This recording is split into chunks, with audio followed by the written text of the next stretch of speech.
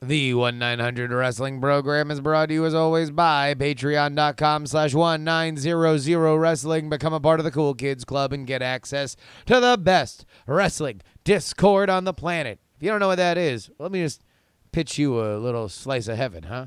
How about every time that there was live wrestling on, there were actual people who were smart and funny and interesting and like the best times you ever had with your friend watching wrestling on the couch when you were a kid, but in text form. Yes, I know. Talking about wrestling on the internet. It's a mind-numbing, awful bore between the Reddits and the Facebook groups. This is why you have to join the elite club that is the 1-900 Wrestling Discord. Come on in. The water's fine, and the only way to get there is patreon.com/1900Wrestling. But enough of talking about how we support the show. What do you say we just do the damn thing? I want you to call me for all of wrestling's latest news and views. I've been involved in wrestling for 35 years, and nobody knows wrestling like me. Remember the number 1-900 Wrestling! Oh, Stupid idiots. oh, ladies and gentlemen, welcome to another episode of 1-900 Wrestling. My name is Justin Robert Young. Joining me as always from Austin, Texas. His name is Willie Dills Gregory. How you doing, buddy? I'm great, man. Just got done with a marathon Angry Chicken episode. Boomsday Project coming out tomorrow. Not been able to pay a lot of attention to wrestling because there's a lot of Hearthstone going on right now. There is a lot of Hearthstone, but we're going to do our best. Yeah. There's a lot of stuff outside the ring, and there's been a little thought experiment we've been looking to do for a little while now, so we're going to climb into that. I did watch a couple of episodes of NXT the other day. Uh-huh. Could I just say, that show is still the best thing going. It's amazing. So let me ask you this. The rumor flying around is that they might bring that to FS1. Great. So more people need to see this. Exactly. But somebody said, I forget who it was on Twitter. Somebody who knows about wrestling was like, I'm very excited for them to bring NXT to FS1. I feel like it will be a more popular show than Raw or SmackDown. And I kind of feel like we're doing kind of the same thing that I used to think back in the 90s when it's like, oh my God, if ECW just got on, I mean, whatever, like, when they got on TNN for 5 seconds or they, if they were to get on USA, if they were to get on MTV or something like that, it would be bigger than Nitro. It would be bigger than Raw. And I feel like let's just be happy that it exists. Like if there's one lesson that the ECW experience for those who were fans of it then, that we should all learn, look, just be happy it's there. And if more people get to watch it, great. But do you feel like people put too much pressure on NXT? Yeah, so here's kind of what this whole thing reminds me of is if you pay attention to the NBA these days, it's a lot of people who talk about, is LeBron better than Michael Jordan? Is LeBron better than this guy? Is Steph Curry better than this guy? Even the president weighed in on that this weekend. Yeah, the president weighed in on this. Yeah, I think it was Kareem who weighed in and said, It doesn't matter. There's lots of basketball players, and there's some amazingly great ones. And we don't need to figure out where Kobe, LeBron, Michael Jordan, Steph Curry, Wilt Chamberlain. We don't have to figure out where they stack. Yeah. We can just enjoy them all for what they offer and what they are. And I think that's the correct way to kind of look at it is you don't have to know which one is the best. I know it's a fun conversation for people to have. Yeah. But one thing that wrestling kind of does for me too is you can talk about who's the greatest wrestler right now, but that conversation also doesn't matter because everybody brings something completely different to the table when it comes to wrestling, right? Like these are all just superfluous conversations for people who have nothing else to talk about sometimes, right? And yeah, and also for people who like to hear themselves talk and sound important because I know you don't know and that kind of thing. Well, Same thing with the products. We Sure. don't have to say WWE is the best. We could say WWE is technically the most popular and gets the most eyeballs. Yeah. Those are just like statements of fact. Yeah. But when you want to say like which one is the best, there's just too much criteria that one person likes one thing, one person likes the other thing. Some people like Chikara the best. Yeah. Because they like watching gummy bears get thrown across the ring, and then people chant "Holy shit" when somebody gets suplexed onto them. That's what they like, but some people hate that. Well, I think the one thing that you can say no matter what about NXT is it has the benefits and the detraction of being a taped show, of taping 4 episodes in a row. So, number one, you are forced. When everyone's like, oh, well, NXT is so great because they have longer-term storylines that they actually stick to. They have to. They only have like 3 points in going from takeover to takeover. They only have 3 places where they can alter the course of something. And in a bygone era, that would have been a problem because it's like, oh, it's not live. They're not answering the fans. And if you really think about it, somebody like Andrade Cien Almas, I think he was such a false start for longer than he probably would have been because you could only repackage him once every month and a half. Sure. No, that's a good point. I actually do think that's an interesting kind of discussion to have too. Is does your product like get better because of the fact that you record, like, because essentially all of the writing is going to be built around 4 shows in one night, right? And so you're not going to get kind of stutter stop style writing like you do sometimes get with the weekly show, where during the week there can be edits, changes, people come down, they give notes, all that kind of stuff. It's like we wrote the whole thing, and we're going to shoot the whole thing, and next week we're going to put what we shot. We're not going to suddenly change our mind on something based on an audience reaction or something like that, right? So you do kind of, in a sense, get a little more continuity when you shoot that way.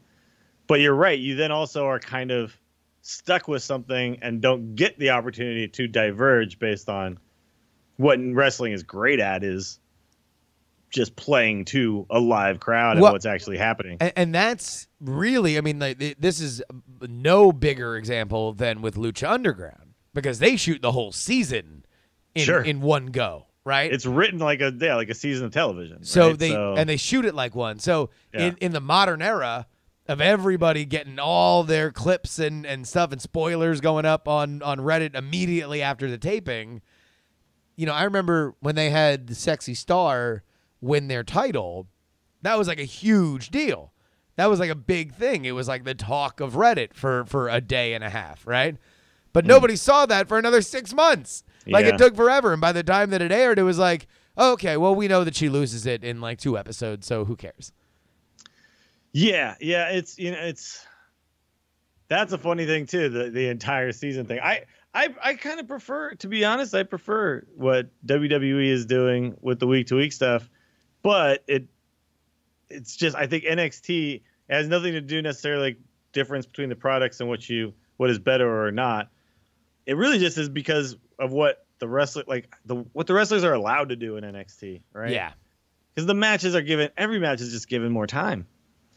Well, on TakeOver for sure, and certainly in the television, there's smaller cards, Yeah. And yeah. Because there's I get a little concerned about the size of the WWE roster from time to time, and it's nice. I like to see all these names. We're just hearing Keith Lee is about to, have his first match on NXT. Matt Riddle coming to. Well, I guess we don't know if it's NXT or WWE for sure yet, right? No. Well, yeah. The confirmation? All the scuttlebutt. The scuttlebutt says that it's that he's going to be ringside at TakeOver.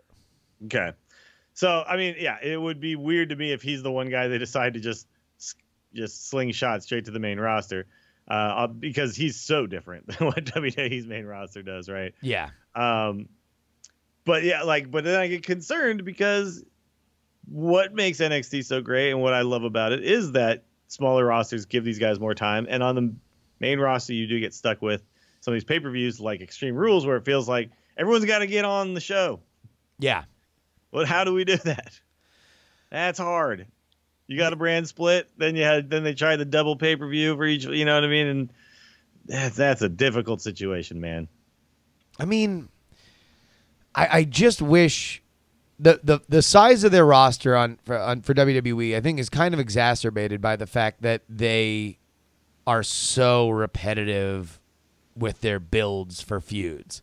Like the same guys fight the same guys over and over and over and over again. Whereas it's like, I mean, now it looks like they're going to have like Titus Worldwide versus Authors of Pain, which seems like a SummerSlam pre-show match if I have ever heard one before. Yeah.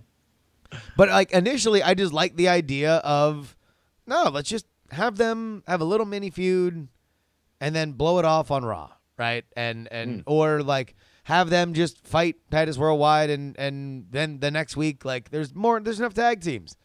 Or or tag them with 2 random singles. Like just constantly rotate it. And that's the one thing I do like about NXT is that very rarely will the 2 pay-per-view opponents touch before it's time. Yeah. And if they do, it's just maybe like a quick beatdown or a stare down or something like that. Oh yeah, no. They'll touch in a segment, like someone will get attacked or jumped after the match or something like that. But it's not the match. We don't see the match where it's like, oh, I wonder what it looks like for Seth Rollins to hit all of his moves on Dolph Ziggler. Oh wait, we've seen it I know what a that billion looks like. times.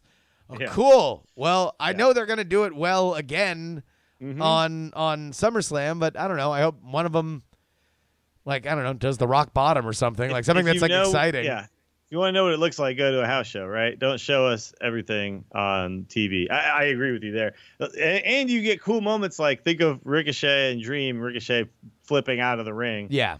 And then when the fight actually happens, you like, again, you haven't seen these 2 actually go at it, but you know kind of what it's all about. It's about Velveteen Dream trying to prove that he can do the things that Ricochet can do, and Ricochet being like, no, you can't. Check this out. No, that kind of thing. That builds a feud more, and then the anticipation is there. Like I think about, you know what I think about when you talk about stuff like that is I think about Brock and Goldberg, right? Where like they did touch, but it wasn't like a match, and then every match was like, I don't know what's gonna happen here. I have no idea what's gonna happen. I guess that's the thing. So each match seems like really exciting. Treat more of your wrestlers like they can't wrestle. Sure. Like it's gonna take them 6 months to learn their 15-minute match. Like if you treat Seth Rollins like that, then when he is a maniac, you're gonna be like, "What? This is the craziest thing I have ever seen in my entire life."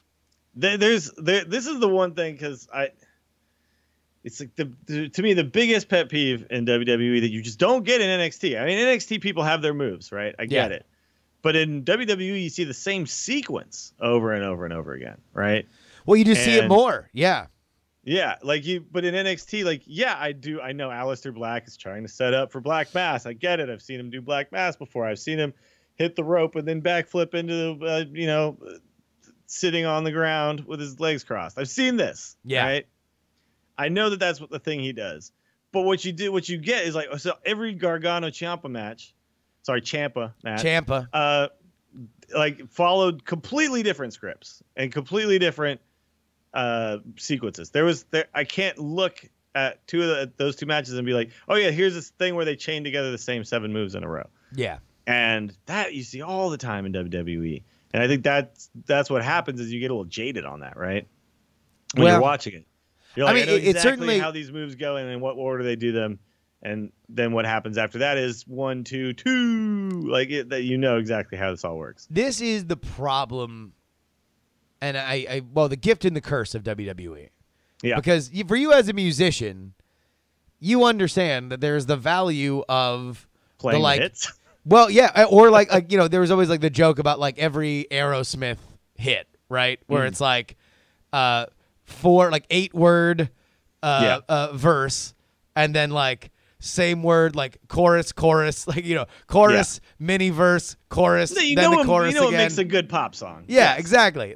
And that's the WWE. They're like, you want to know what? We're going to give you the same thing over and over and over and over again. And the reason why is because, like a good pop song, Yeah. music fans are like, okay, I heard it. I get it. I know what they're going for. I can appreciate it. You know, tell you what, toes in the sand, open drink. You're having a good time. Who doesn't love a good pop song, right? That's very true. You're at a bar or a club, you're feeling it. You're like that, like Jason Derulo's song that you couldn't stand if it just came on your Spotify. Now you're feeling it.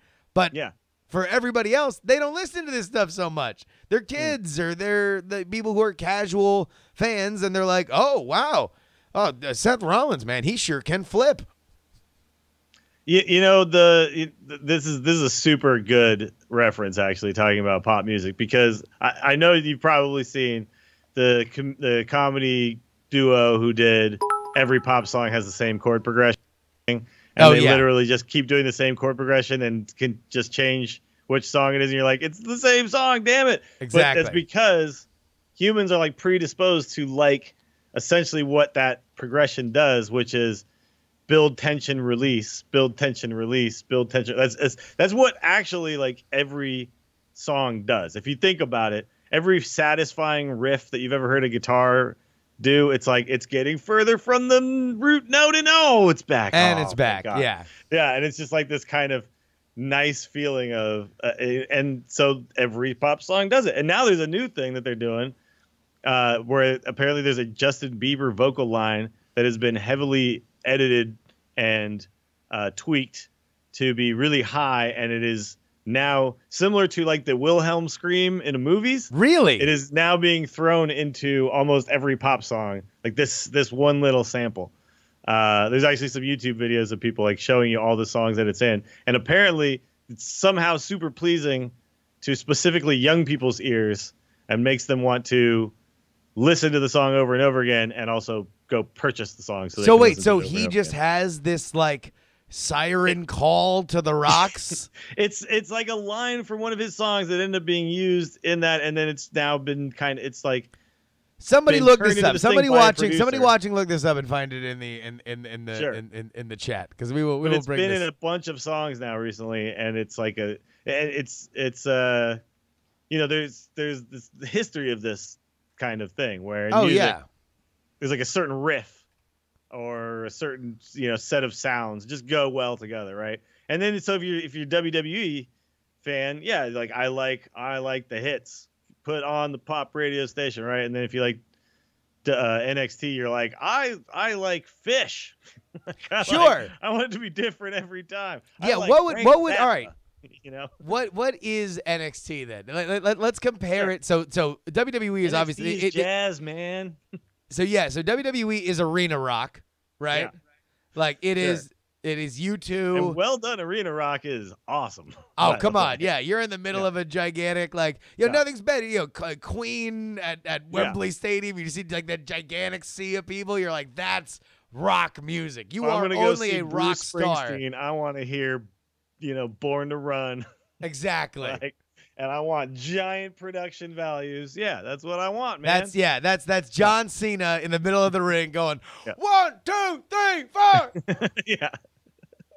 He's got his freaking headbands. He's got bandana. The whole thing's going, right? Tight jeans, guitar. He's doing the hips, all of that, But then, if you're NXT, you're going to like the local little tiny punk rock bar club. Well, no, but it's got to be someone that plays arenas, right? Like, are they punk? Like, are they Green Day? They're right below the level of arena. You know what I mean? Well, no. So I'm saying like the most popular. So it's like when Green Day went from like a punk act to like they broke through on the radio. Green Day's never gonna play a football stadium, but they can definitely play an arena. U2 can play football stadiums. Justin Timberlake, Garth Brooks can play football stadiums. But Green Day can be lauded. It can be loved. Yeah. But they're always gonna cap out at a certain. Or think like the biggest indie rock sensations like that you can think of is a little more akin, because like Mumford & Sons is incredibly popular. Sure. And yet, you're not gonna. Although bad example technically, because Mumford & Sons every song is exactly the same, and NXT doesn't have every song be exactly the same. Arcade Fire. There you go. That's NXT. A Tizzle Smash in the chat. Arcade Fire. is a great Oh, one. what about Daft Punk? Because they There you constantly go. switch Sure, their Daft lead Punk, talent. Yeah. They just keep changing it up. It's like it's cool. You know it's cool, but it's also popular, so it's not weird that you like it, you know? Yeah. You could assume that people who like electronic music know about Daft Punk. What if man. Is NXT like the trend? Like you notice like over the last like 5 years, the producers of songs became their own acts. So like, you know, like Uptown Funk is by Mark Ronson featuring Bruno Mars. Sure. Right? That's NXT. Yeah.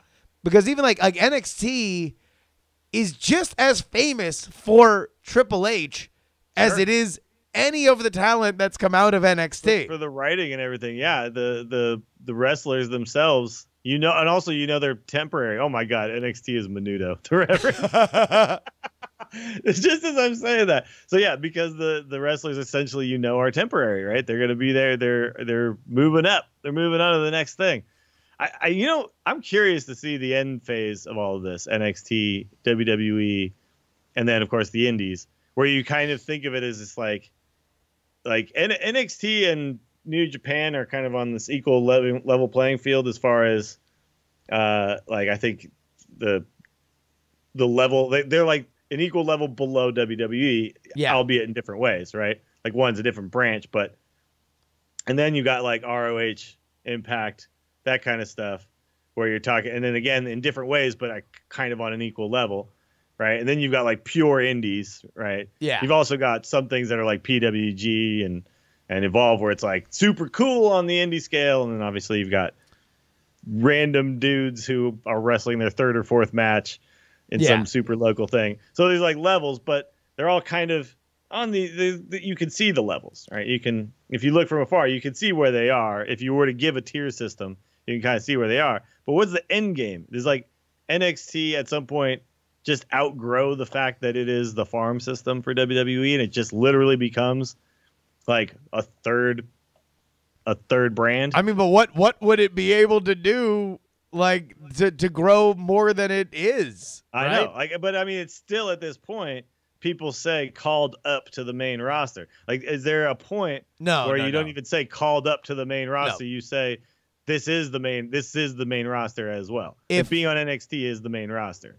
Like at the end of the between them, right? At the end of the day, if any guitarist from any band got, you know, Bruce Springsteen gives them the call and is like, hey, well, I really think that you should come on tour, man. I really like what you're doing.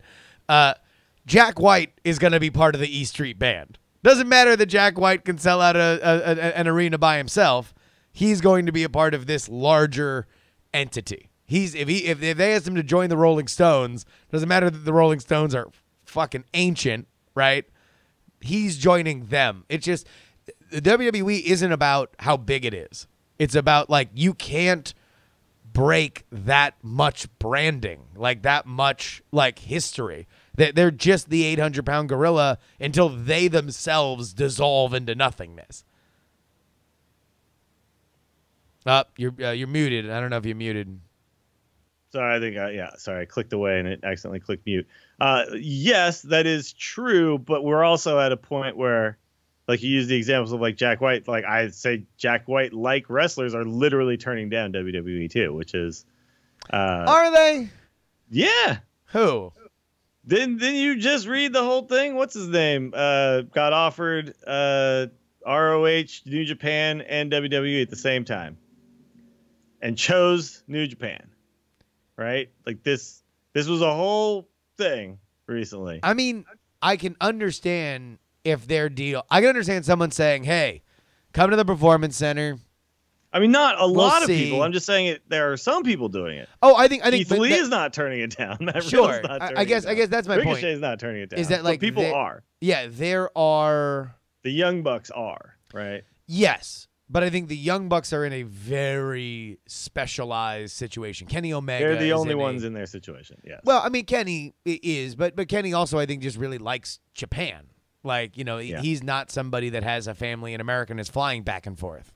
And so Will Ospreay was the one who wrote the tweet about it, where he got offered in the exact same period of time, WWE, Ring of Honor, or maybe it was Impact. I can't remember. Yeah. But he got 3 competing offers essentially, and just chose New Japan, right?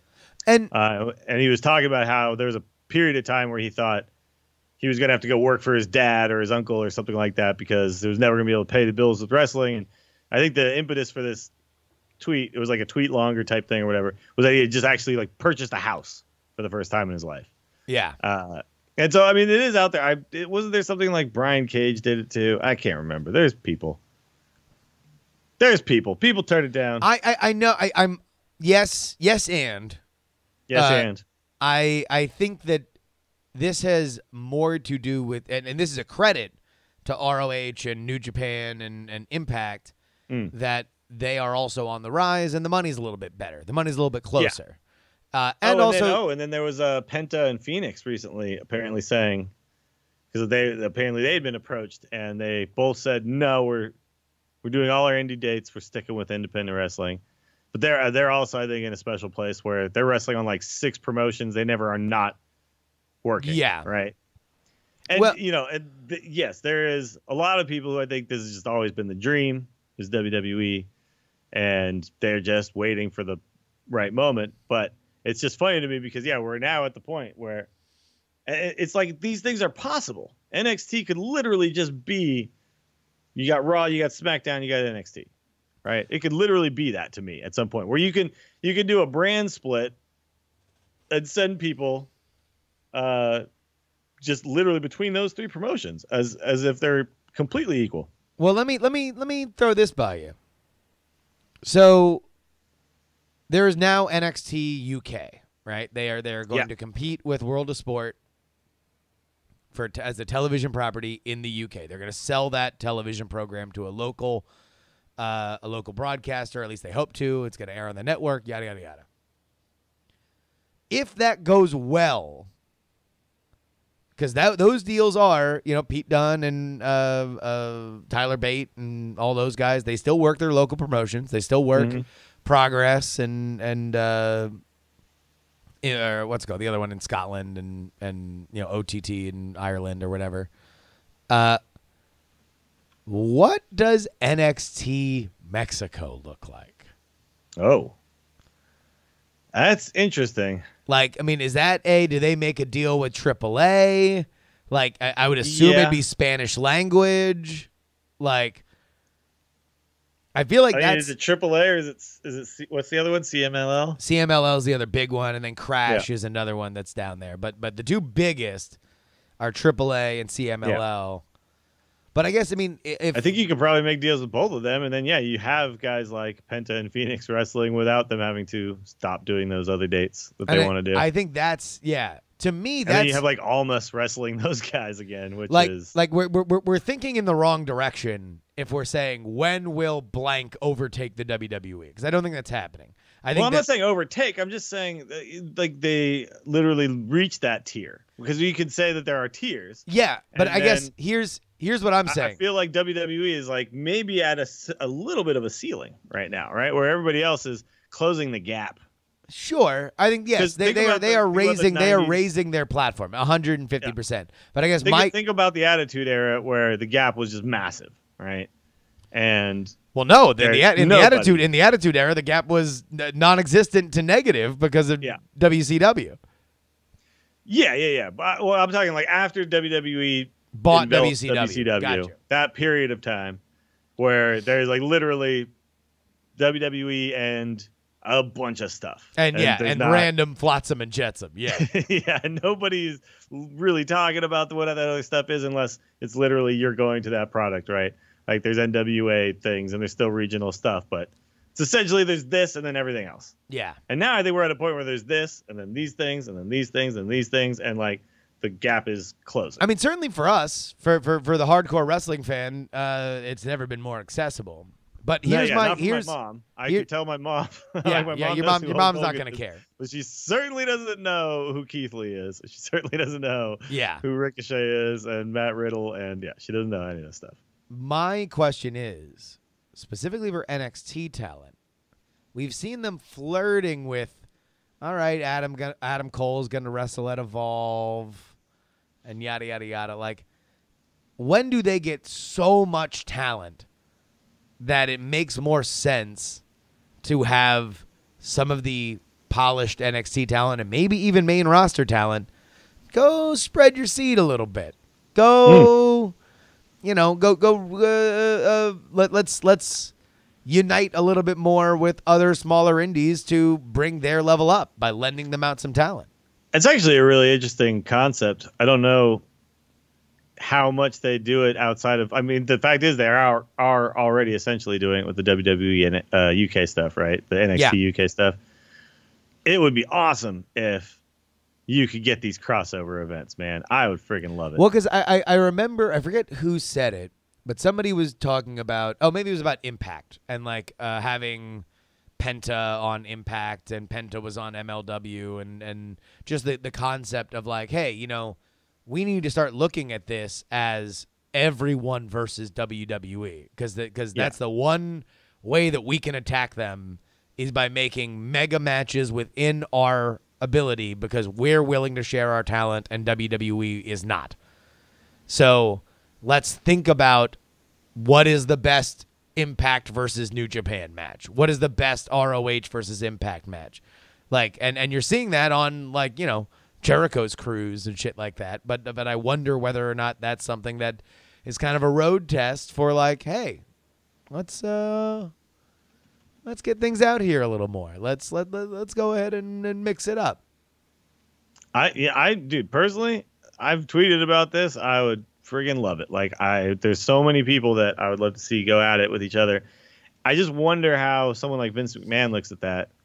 And does he think that he's helping other people more than he's helping himself? Because I think that guy looks at everything like, what do I get out of it, right? How does this help my company? I mean, what I'm doing? to be fair, you need to start looking at, you built NXT to be the star factory and the feeder for WWE, and there already is a very healthy indie circuit. But like, imagine if Matt Riddle coming in had already notched a win over Tyler Breeze or something like that. Like that he just made a random run in. No, that's the thing. I just don't know if he's the kind of person who looks at things that way. I think Triple H is. Sure. And I wonder how things go in the inevitable period of time where we're all mortal and Vince McMahon debatable. I don't know. I still think. Yeah, it's true. Yeah, it's true. But in the future era, I'm talking 35 years from now. I'm just saying Vince has he walks into his room and he's got a floor to ceiling abacus and he just like gets a daily death total every day. People who have died around the world, and he slides one more bead to the other end as he keeps meticulous count of who he's survived.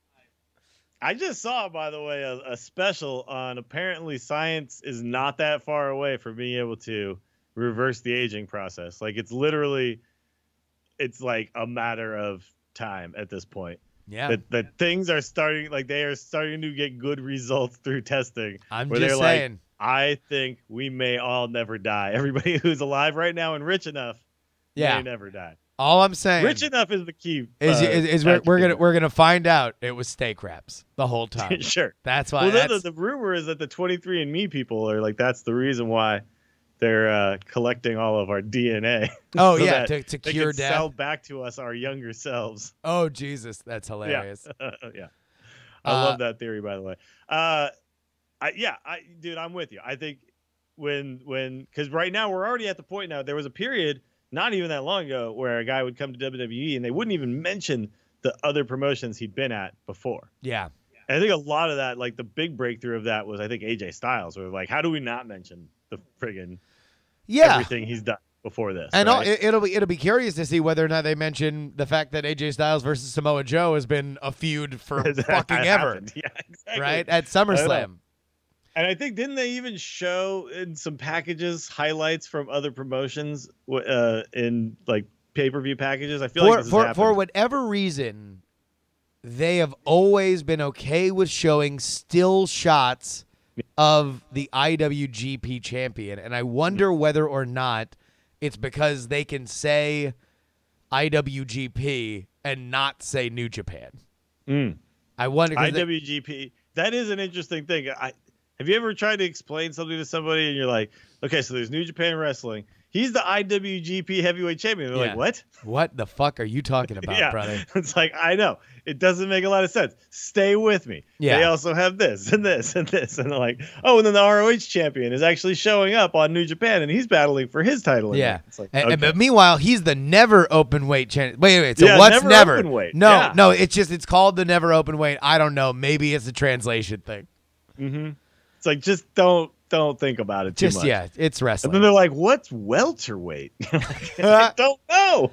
I don't know. It is. Well, here's something we do know. The brand and new mayor of Knox County, Tennessee, is none other than the Big Red Machine.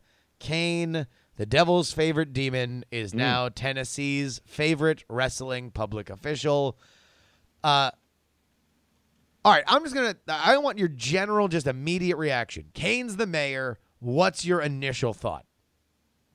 I am not surprised at all. Not surprised. Okay, why? Not surprised at all. Yeah. So from the second that he ripped off the side of the cage at Bad Blood, you're like, well, obviously this man is this man is a future mayor. Yeah, a future public official.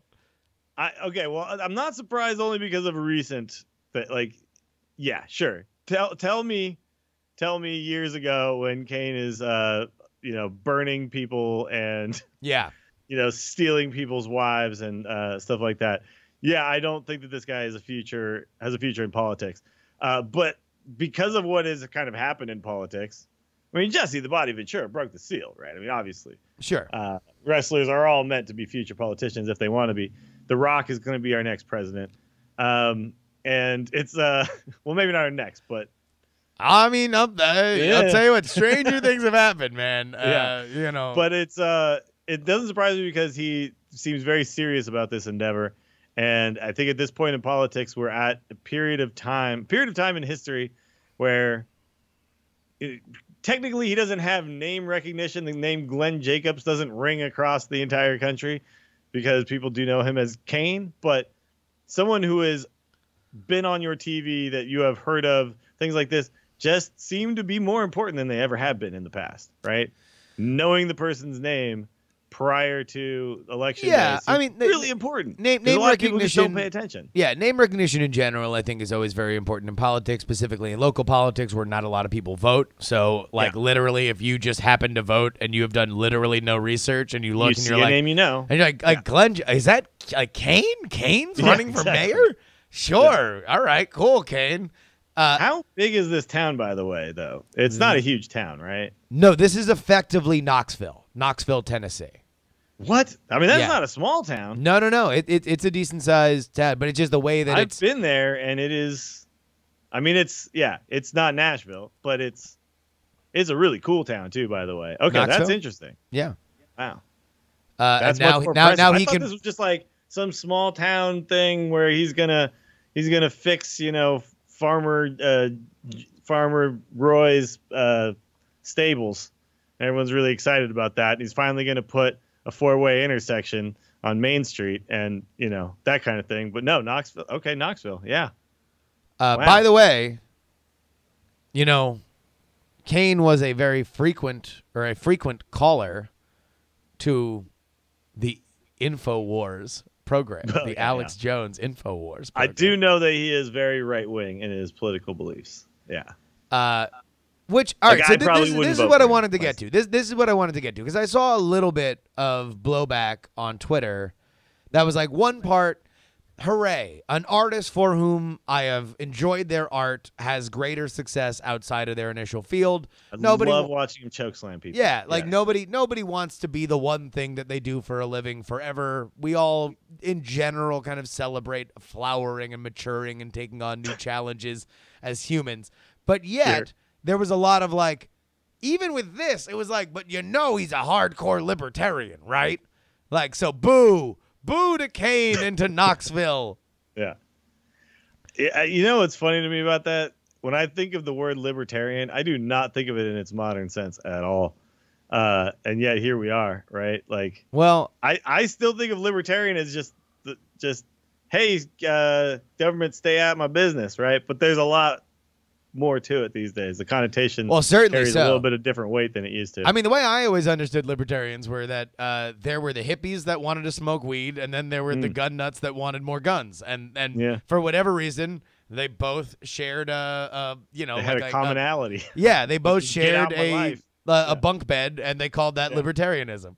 But then it also became the party of like some very, very weird right wing ideologies, and then also things like essentially deregulation on things that I think should be regulated, things like that. You know what I mean? Like there's a lot of things have been kind of piled in. Having been around some libertarian like circles, I can tell you for a fact that libertarians hate libertarians. That there is it is a very dysfunctional group, and to say that like libertarians believe X is in general a foolhardy exercise, because so this means he is definitely going to be like at some point, because he's not that old, right? At this point, he's in his early 50s, right? Something like that. I'm looking this up. Yeah. Glenn Jacobs, 51. So yeah, he's got some time as a politician. That is, you are a rookie status in the world of the politician at 51. He could be the presidential candidate for the Libertarian Party then at some point if he's actually like registered libertarian. That is a nutty. I know you have a lot of political content. Sure. Have you ever considered going to the Libertarian conference? Oh my God, I wanted to last year. Go, I need to this year. Apparently, they held the Libertarian National Convention in the same. National Convention. Yes. In the same convention center in Orlando that MegaCon happens, like their Comic-Con. And so it was just a shit show of epic proportion. So I can't not be there this year. It's got to happen, or at least for the 2020 election. I want to see your coverage of that national convention. Seriously. I mean, to me, though, when you're on a local level, I feel like that's where I don't care if the mayor of Knox County is super right wing, whatever, if I'm on the other side of the political spectrum, because that's unless I live there, right? He's a mayor. Like, you know what a mayor does? A mayor's like, hey, did the garbage get picked up? Yell at the mayor if the garbage, are there still potholes? Like, are the local things that government runs running on time? He's the boss of that. He's not going to decide whether or not Trump's going to get impeached, or whether or not we should go to war or keep Obamacare. Or whether gay marriage is legal or not legal in Knox County. Like, these are not the issues that he's going to be doing. He is going to be choke slamming potholes. It's similar. Like, to me, that's similar to when people like get pissed about San Francisco being so liberal. I'm like, do you live there? Then why do you care? Right? Like, just live in the place that represents you. Did you see? We're gonna side jag real quick into political talk. But did you see Tommy Lauren, the conservative pundit? Oh, Tommy, T-O-M-I. T-O-M-I, Tommy Lauren. Tommy. In your hometown of San Francisco, you're born and raised San Francisco. Says today on Twitter, I just got to San Fran. Immediately off to a great start. Oh yeah, no, everybody's mad now. And I just watched it's Twitter though, so truncating is whatever. I just watched a homeless man snort cocaine off the street. A shame what the liberals have done to this beautiful city. Huh? That's funny. All right, now I think we can be real on this. I still live in the Bay Area. You grew up in the Bay Area. There are many things that you can say that is unsavory about the streets of San Francisco. Oh, yes. Absolutely. Up to and including playing the game animal shit or human shit, usually about a 50-50 guess no matter where you go. You can get on the bus and you can play which man on this bus is masturbating right now. Exactly. You can play hopscotch with the hypodermic needles that are left on the street. Absolutely, yeah. Like, the one thing I have never seen, homeless people don't have Coke money, Tommy. Like, there's way cheaper ways for them to get high. This is definitely that happened material right here, because I know. No, homeless people are out. Okay, maybe it was some yellow ass meth Sure. Not even meth, just crank. Yeah. Maybe that's what it was, and she was confused. She doesn't know the difference. But yeah, no, Tommy, you can afford cocaine. Homeless people in the streets of San Francisco cannot. I mean, here's what I know. If I were to guess who's doing cocaine, the media member who lives in New York City or the homeless person in the Tenderloin, I know which side I'm going with. Yeah, I think if I'm rolling probabilities here, I know exactly which one I think is more likely. That's funny to me. But, I understand that the point of, like, I agreed. I've said this many times. Like, when you tell people how beautiful your city of San Francisco is and they come and then they walk down Market Street, you're like, but I mean the other parts. Yeah, yeah. No. Like, don't judge us all based on this one stretch that's like, the most famous in our city. Look out at the bridge. Look out at the bridge. Don't look behind you. Pay no attention to this. Yeah. You got to do what other San Franciscos do and just step over it and keep moving. Just pretend it doesn't exist and then ban straws.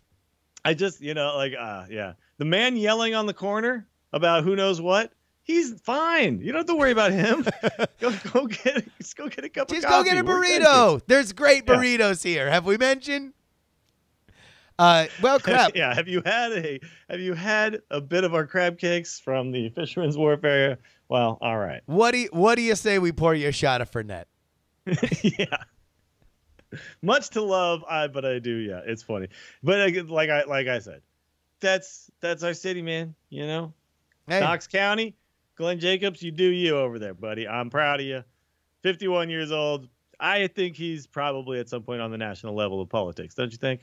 I don't Depending know. on how well he does here. I mean, Cory Booker goes from mayor to friggin' potential. Well, candidate this year. Newark is kind of a different. Newark is a different story because it's probably the biggest. It is the biggest city. He probably doesn't have to turn Knox County around, right? In the same way. I mean, it depends. I mean, I think Glenn Jacobs. I don't know if he could run for. I mean, not a quick turnaround with Knox County. I think he would have to stay there for a little bit before he ran for like state senator. You got to put some time in. Sure. Yeah. It's not Gavin Newsom goes to lieutenant governor goes to potential presidential candidate pretty soon. Yeah, it's not that. Oh, Gavin Newsom. All right. I don't want to do all local Bay Area politics, but yeah. All I'm gonna say, so removed just from it Google. Now. Like, I was there recently. And I was like, "Hey, is Gavin Newsom still a thing?" They're like, "Yeah, he's running for governor." I was like, "Oh, he's going to be. He is going to be the governor of California." Sure. And by the way, just do yourselves a favor, listeners to the 1-900 Wrestling Podcast. Go Google Gavin Newsom and his ex-wife Kimberly Guilfoyle. If that name sounds familiar, Kimberly Guilfoyle is currently Donald Trump Jr.'s girlfriend. Yeah. But that's quite a turnaround. There are some photo shoots of those two together that are hilarious. And if you haven't seen them, get them in your life. Well, crap, man. I feel like we're already kind of at the end here. We didn't even get to do our bit. I have to play pool in less than an hour. So the segment this might be just become a recurring segment that we will always push this segment every single show for the rest of history. All right, hey, real quick, we do have an all-in update. Number one, it will be streamed on pay-per-view. It will be streamed on Fight, the Fight app, so you'll be able to get it on pay-per-view. Their pre-show is going to be broadcast on television by WGN, which is, I think, super, super, super cool, and I'm glad that they were able to make that deal. Price point on this yet? I'm not sure. Like, is it just if you have a subscription to that, you just have it, or is it you have to pay? I guess it'll also be streamed on Honor Club. $40 on Fight. $40 on Fight. Okay. I mean, that's a lot. I don't like paying $40 for pay-per-views anymore because of my $9.99 a month. Well, I mean, you can get Honor Club, and that's just another recurring payment. Sure. How long do I have to have Honor Club before I can cancel? Because here's the thing, I don't see myself watching Honor Club consistently enough to justify a monthly payment, right? I got it for WrestleMania weekend, and then I just let it lapse because, like, it's just too much goddamn wrestling, man. Like, yeah, just too much. Oh my god! I know, that's the thing. It's like I really want to. I want to support this all-in thing, you know. But what I really wish is I wish that there was a place where you knew in your town that they were going to have it, and you could just go do the thing like $5 to get in. Oh yeah. Watch it like we did in Vegas with the WWE pay-per-view, right? That kind of thing. I know. Well, I'm gonna have to figure out a place where we can watch it at Dragon Con. Somebody better get it in the room, and I'll roll in. Where you're gonna be? Yeah. During All In? Okay. I'm gonna be in Atlanta, the ATL, baby. Well, I'm gonna try to find a way to watch it because I really do want to watch it live as it happens. It's a seminal moment here. And, by the way, match announcement: wrestling. Christopher Daniels, Fallen Angel, versus Stephen Amell, the Arrow. Wow. We all knew Amell was going to be there in some way, shape, or form, right? Yep. That's cool that he's just going to have a match. And not even like a 6-man tag or anything like that. I thought they were going to hide him in a tag match, but no, they're going to come in, do some fake punches, be the Arrow and get out. But no, okay, here we go. Has he been training? I mean, is this? Well, I mean, remember, he was not bad at Sure. at SummerSlam a couple years ago. He is an athlete, that's for sure. Still surprised. I'm still surprised. Now, I will say this though, Daniels is probably somebody who can carry him if need be. Yeah, I mean, I think that's what makes the most forever. sense. How old is that guy, by the way? And then Frankie Kazarian and Scorpio Sky, the rest of SCU, versus the Briscoes. Okay. And then a 15-person over-budget battle royal will be on their WGN broadcast pre-show. Okay. There's gonna be some good matches here, man. This is exciting. I think that's where we're gonna get some legends and some fun surprises and maybe what's it called? The maybe Bernard the Business Bear winds up winning the battle royal. It's look, this is why I'm telling you, man. I gotta watch this live. This is like one of those things where I don't want to just see a bunch of highlights on Squared Circle. I want to watch this thing happen. No, it's gonna be a moment. I'm super pumped for it. I'm bummed it's not gonna be on Twitch, but it'll be fine. Okay, so here we go. That's Rocky Romero, Moose, Colt Cabana, and All Ego Ethan Page will be on the pre-show. Who's the girl in this photo? I don't know. Who is the girl? Yeah, I don't recognize her. I don't know. But certainly not Flip. Jordan Grace. Jordan Grace. Okay. All right. Well, Willie, big Hearthstone release tomorrow. Anything that should people be tuned to their Twitches for your gameplay? Yeah, so twitch.tv/Willie Dills is where I'll be streaming pretty much all day tomorrow. I'm gonna do the thing that I generally do on release day, and I'm going to order in like some takeout Chinese, something like that, and I'm going to stock the beer. I'm gonna stock the fridge. Yeah. With beer, and we're just gonna play Hearthstone for like 12 straight hours, and it's gonna be fantastic. And then Wednesday we're gonna do a lighter schedule, but be back and play a lot. I think Thursday I'll be working, and then it's the weekend. I'll be around all weekend playing Hearthstone. So just if you like Hearthstone, if you're curious about what's going to be going on in the Boomsday Project, that's what all my life will be consumed with over the next week. All right. So check me out, twitch.tv/Willie. Well, I'll tell you what. I'm calling in. We're gonna. Sure. I'll join you because I'm super pumped because I'm really tired of the meta that's happening right now. Well, tomorrow, just hit me up whenever you're around, and we'll discuss. We'll figure it out. We're gonna call it in the ring. Yeah, exactly. Hey, how many packs did you buy? If you kickstarted my game, Action News, great news for you. It is now shipping. So if you backed it on Kickstarter, then head on over to your email. There should be an email in there. You just got to verify your address and hit ship, and it will ship right to you. There's no waiting unless you are at some of the higher tiers. Then all that's coming to us so we can give you all the signatures and everything that you guys paid for. But if you didn't kickstart it, good news for you too. You can just straight out buy it. ActionNewsGame.com is where you can go to buy the latest and greatest of the Contender Games family. I want you to call me. But that about wraps it up for us. For Willie Does Gregory, I am Justin Robert Young, reminding you to 900 Wrestling. be dialing. Stupid idiots. They call me Hara. If you smell what the Rock is cooking. And his name is John Cena. Well, look at this prima donna. Thank God Donald Trump home yet. Diamond Club hopes you have enjoyed this program.